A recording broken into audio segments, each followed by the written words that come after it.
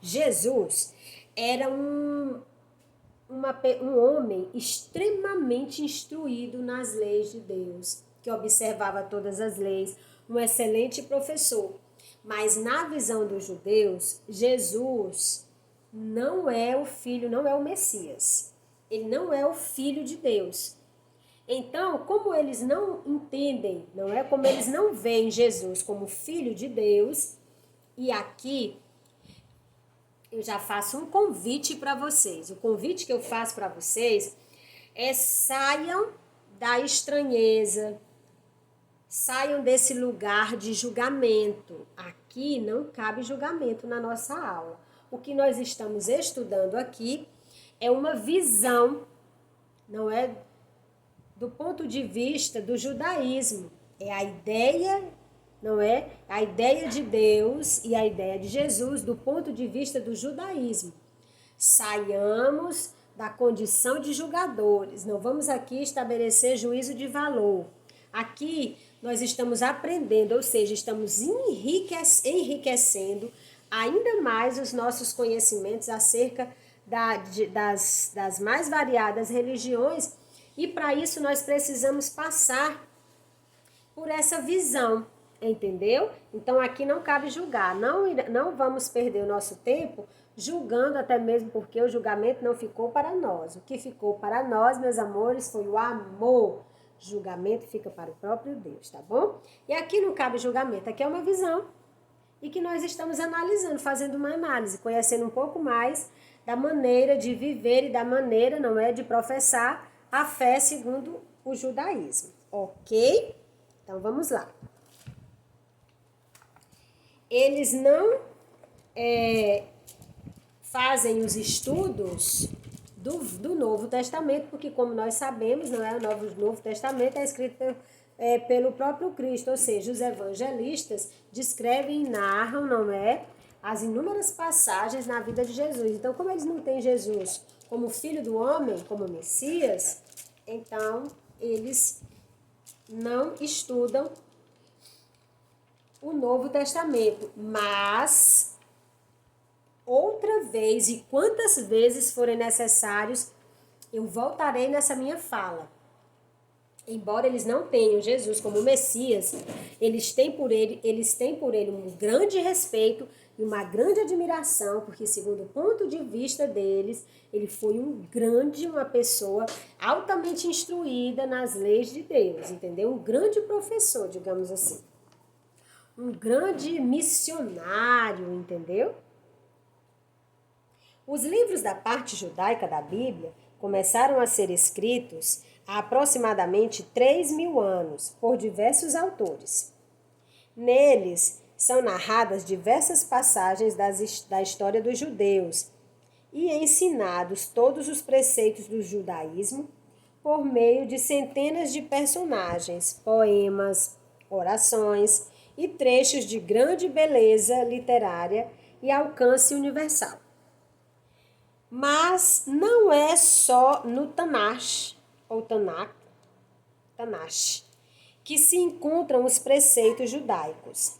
Eles também foram reunidos por diversos rabinos, que são os mestres, numa coleção de livros chamado Talmud, por volta do ano 500 da nossa era. Esse ano corresponde aproximadamente ao ano judaico, de 4.260 anos. O calendário deles também é diferente do nosso. Uma vez que os judeus não contam o tempo a partir do nascimento de Jesus, como os cristãos. Eles contam o tempo mesmo de Moisés para cá. Eles não contam porque vocês sabem que o nascimento de Jesus é o divisor de água na linha do tempo da humanidade. Por isso que nós usamos, não é tudo que aconteceu antes de Cristo, nós temos lá aquele AC, que o C é em maiúsculo e o A é minúsculo. AC antes de Cristo, DC depois de Cristo, correto? Então, para eles estão aqui, não é? No ano 4.260, porque eles não fazem, não é? O calendário deles não é baseado, não tem como marco zero o nascimento de Cristo Jesus. Em que acreditam os judeus? É preciso fazer a distinção entre os judeus ortodoxos e os judeus liberais. Os primeiros acham que tudo deve ser feito segundo a tradição mais antiga, sem nenhuma adaptação ao mundo moderno. Os liberais são mais flexíveis, buscam uma renovação do judaísmo no contexto da atualidade. Todos acreditam num só Deus, que faz a aliança com seu povo, praticam os principais ritos e festejam as mesmas datas como a Páscoa, Pessa, em que se comemora a libertação do povo judeu do Egito conduzida por Moisés. E o Ano Novo Judaico, o Rosh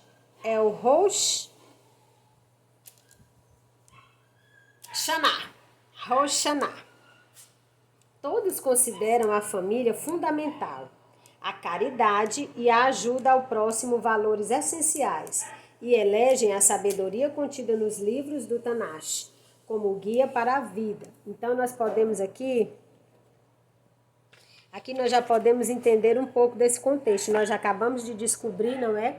Além de já termos feito várias descobertas ao longo da semana passada e no início das nossas leituras no dia de hoje, nós também podemos descobrir que há eu não diria que há uma cisão, mas há duas linhas de pensamento dentro do judaísmo. Assim também como há, não é? Três linhas bem distintas de pensamento no cristianismo.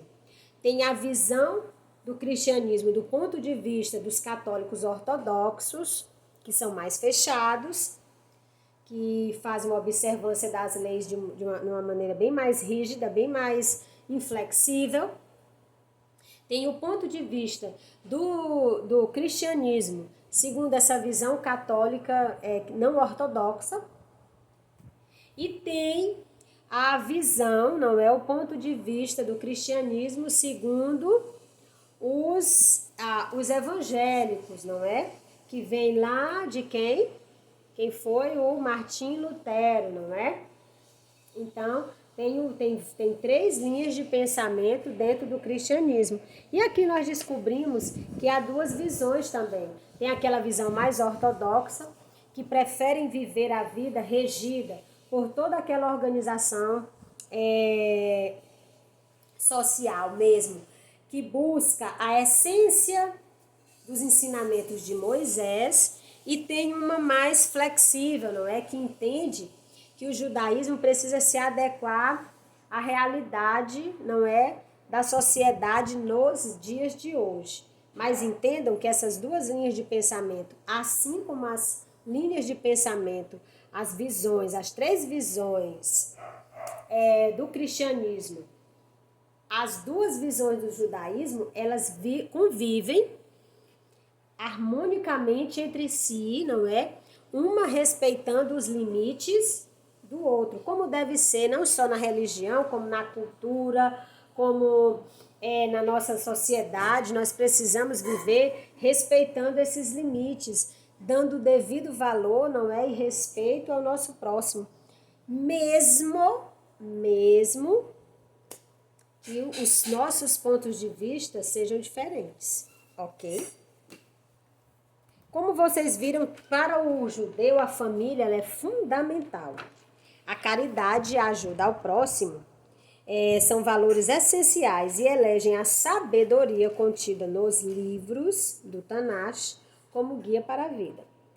Os judeus mais tradicionais seguem à risca cada preceito e têm regras para cada ato da vida, como alimentar-se, proceder com sua higiene pessoal e doméstica, relacionar-se no casamento, educar os filhos, relacionar-se com as outras pessoas. Tudo isso não impede que o judaísmo valorize a liberdade humana, ensinando que cada pessoa tem direito de escolher o caminho que quiser. Percebam, não é? Que embora haja uma rigidez bem grande, principalmente por parte do grupo, não é, da linha de pensamento daqueles que defendem, não é, o judaísmo mais rígido, mais ortodoxo, até mesmo eles que têm assim várias restrições alimentares, que têm regras bem rígidas quanto à higiene pessoal, que as mulheres após casar-se, não é, os cabelos delas só são mostrados para os esposos, por isso que muitas delas em público usam perucas.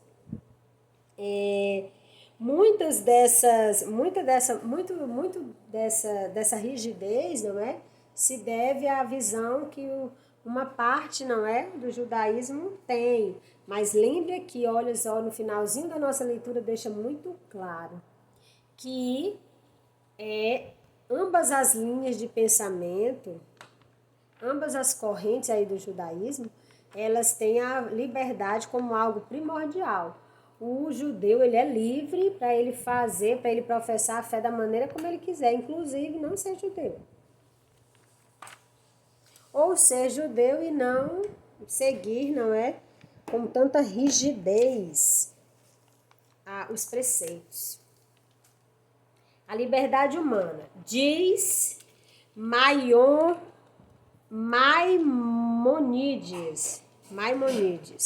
filósofo e médico judeu.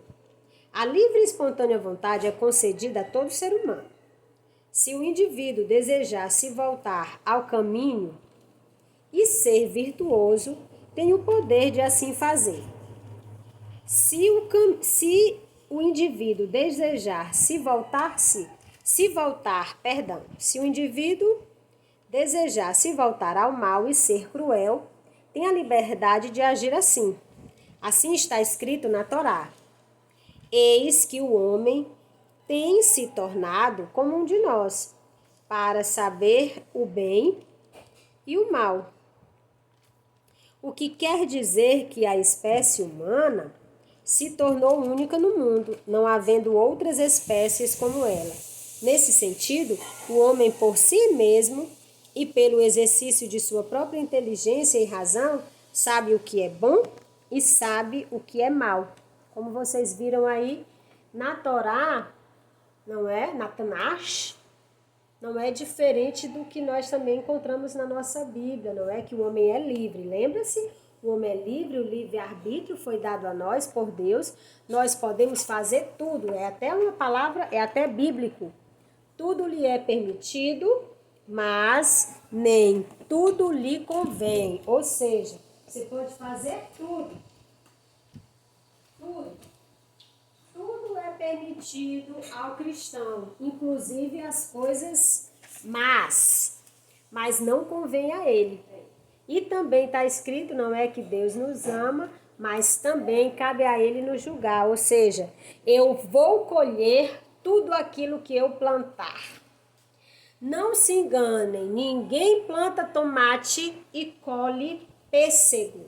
Se você plantou tomate, é tomate que irá colher, tá bom, meus amores? Aqui encerramos, não é? Finalizamos mais uma aula. Eu deixo aqui para vocês como atividade as questões que se encontram, não é? Na página 86, na página 88 e na página 89.